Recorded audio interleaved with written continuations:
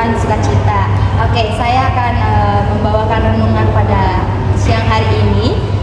Perkenalkan, saya Rika Lestari Lase. Saya akan membawakan renungan kita mengenai tentang Yesus memberi makan 5.000 orang. Sebelum itu kita mari membaca ayat Alkitab yang terdapat pada Matius 14 ayat 13 sampai 21.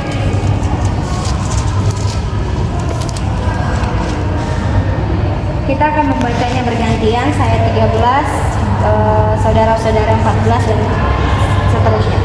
Kita mulai ya dengan judul perikop Yesus memberi makan 5.000 orang.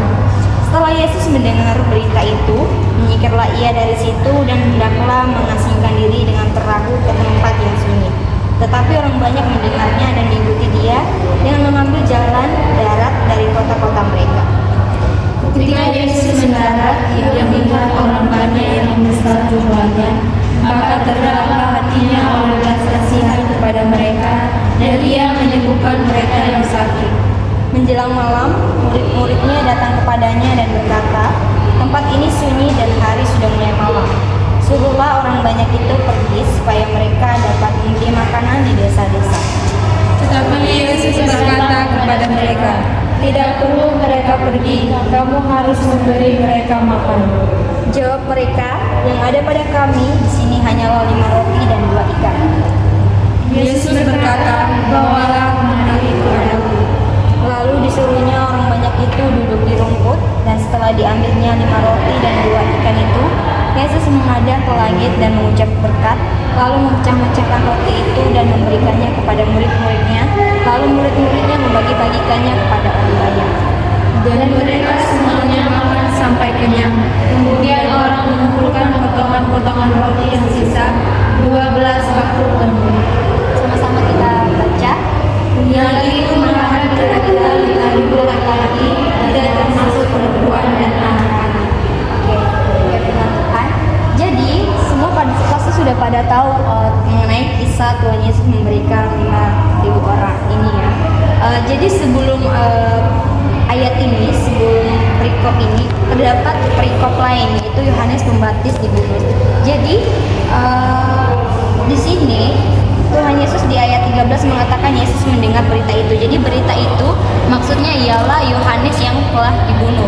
Nah, ketika Yohanes dibunuh, Yesus menyingkir, maksudnya dia mencari tempat yang sunyi. Tapi ternyata para jemaat, para orang-orang yang di sana itu mengikuti dia. Lalu karena Tuhan merasa tergerak hati untuk memberikan pengajaran bagi mereka, karena mereka sudah mengikuti, nggak mungkin kan mereka dibiarkan begitu saja, apalagi Tuhan yang mereka ikuti ya kan. Lalu jadi di ayat 14 bilang ketika Yesus mendarat ia melihat orang banyak yang besar jumlahnya, maka tergeraklah hatinya oleh belas kasihan kepada mereka dan ia menyembuhkan mereka yang sakit. Jadi setiap orang-orang itu datang, mereka mendengarkan pengajaran dari Tuhan. Lalu bagi mereka yang merasa sakit juga Tuhan tergerak untuk menyembuhkan mereka. Namun karena di ayat 15 mengatakan menjelang malam murid-muridnya datang kepadanya dan berkata, "Tempat ini sunyi dan hari sudah malam." Jadi ketika sudah menjelang malam, di situ kan banyak orang kan. Lalu murid-muridnya ini bingung karena bagaimana cara memberikan makan kepada orang-orang 5.000 sebanyak ini gitu kan. Bahkan di ayat 21 bilang yang ikut makan kira-kira 5.000 laki-laki dan tidak termasuk perempuan dan anak-anak. Jadi 5.000 laki-laki, dan itu 5.000 itu nggak termasuk sama anak-anak dan perempuan. Jadi 5.000 itu cuma laki-laki. Jadi mereka bingung gimana ya cara ngasih makan buat orang sebanyak ini. Sampai murid-muridnya bilang mereka disuruh pulang untuk mencari makan atau membeli makan di desa-desa. Tapi karena Tuhan Yesus memiliki kasih, Tuhan Yesus punya kuasa, juga dia nggak mungkin kan membiarkan orang-orang itu kelaparan terus malah disuruh untuk pergi cari makan. Jadi Tuhan Yesus bilang begini, kalau siapa yang punya roh, apa yang ada bagi kalian, apa yang ada pada kalian, kayak di 17 bilang Jawab mereka, yang ada pada kami di sini hanyalah 5 roti dan 2 ikan. Orang-orang pada bingung nih, untuk apa ya Tuhan Yesus minta 5 roti dan 2 ikan, padahal sebanyak orang itu gak mungkin Pak bagi-bagi dengan 5 roti dan 2 ikan itu. Sehingga tapi karena mereka percaya aja nih sama Tuhan Yesus, jadi yaudah nih Tuhan Yesus kasih. Lalu ketika Tuhan menyuruh membawakan 5 roti sama 2 ikan itu, dia mengangkat 5 roti dan 2 ikan itu. Lalu dia mengucap syukur, dia memberkati 5 roti dan 2 ikan itu. Sehingga yang tadinya cuma 5 roti dan 2 ikan itu jadi banyak. Bahkan di situ ada yang bilang sisanya sampai 12 bakul penuh, ya kan? Nah, itu menyatakan bahwa kuasa Allah itu sungguh luar biasa. Kuasa Allah itu ajaib, dan walaupun kayak kita melihat bahwa itu mustahil, tapi bagi Tuhan itu gak ada yang mustahil. Walaupun di situ murid-muridnya udah sempat resah kayak ini nggak mungkin sih bisa kita kasih makan untuk anak-anak ini, orang-orang 5.000 sebanyak itu, bahkan itu 5.000 itu hanya untuk laki-laki doang, belum lagi perempuan sama anak-anak, dan itu pasti masih banyak lagi. Tapi Tuhan Yesus punya kasih, dia punya kuasa untuk memberikan, untuk memberkati makanan yang tadinya cuma kita kira dikit itu bisa jadi lebih banyak dan bahkan masih ada sisanya. Nah, jadi dari kisah ini kita tuh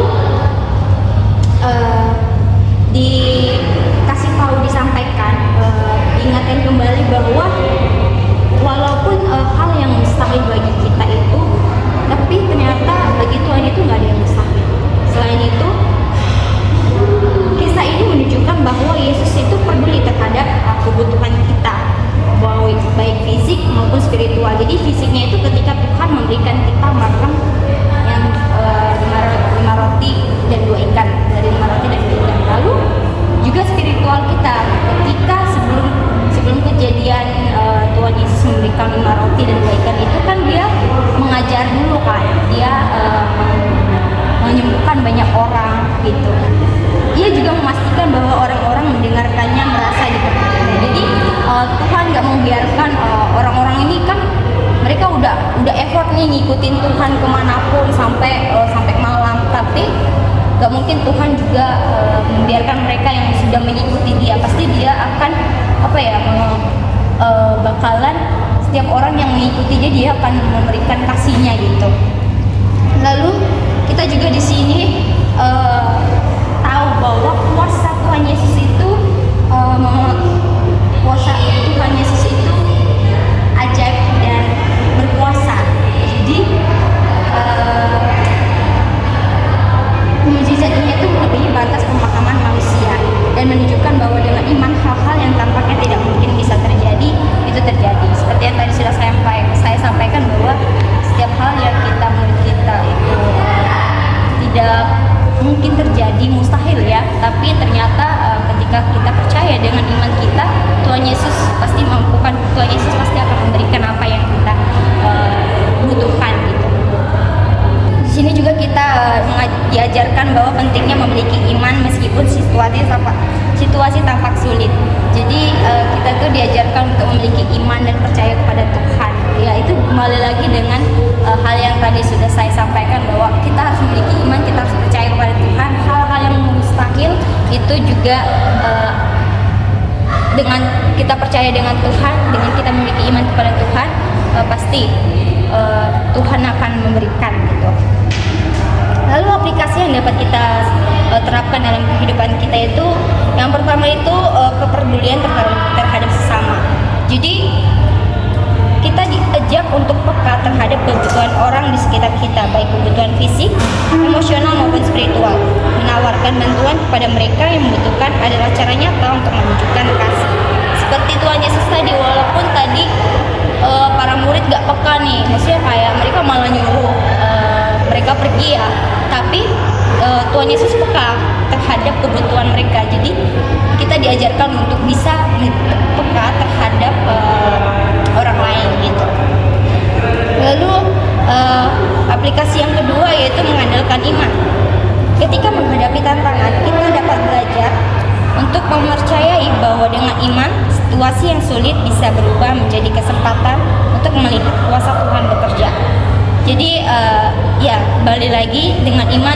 Tuhan Yesus akan memberikan kita apa yang kita butuhkan.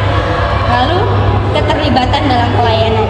Jadi di sini memfokuskan pada muridnya ya, seperti para murid yang berpartisipasi dalam mukjizat. Kita juga dipanggil untuk terlibat dalam pelayanan kepada orang lain. Ini bisa melalui sukarela, mengajak orang lain atau menjadi pendengar yang baik.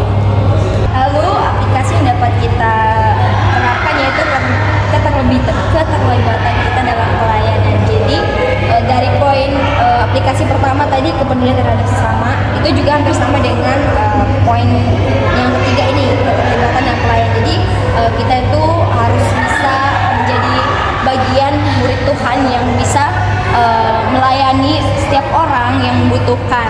Jadi kayak kita menyalurkan kasih yang sudah Tuhan berikan, kita salurkan juga kepada orang lain. Kita misalnya kayak kita jadi berkat lah gitu. Lalu yang keempat itu menghargai berkat yang ada. Maksudnya merenungkan dan bersyukur atas berkat yang kita terima, membantu kita untuk tidak menganggap remeh apa yang kita miliki dan menyadari bahwa segala sesuatu dapat digunakan untuk kebaikan. Ini maksudnya bahwa kayak tadi para murid tadi kan bilang kayak menganggap remeh dari 5 roti dan 2 ikan itu. Mereka menganggap remeh untuk apa? Padahal makanan segitu nggak mungkin bisa memberikan makanan bagi orang-orang sebaik itu. Tapi Tuhan Yesus mampu memberkati, mampu memberikan, mampu mencukupi kebutuhan mereka gitu. Jadi itulah yang saya bisa sampaikan. Jadi kiranya kita bisa menjadi orang-orang yang sudah saya sampaikan tadi. Kita menjadi orang yang peka, kita memiliki iman, kita menjadi pelayan Tuhan, lalu kita mengucap syukur setiap hal dan berkat yang sudah Tuhan berikan. Amin. Amin. Punya komitmen untuk bisa menjadi orang seperti itu? Amin.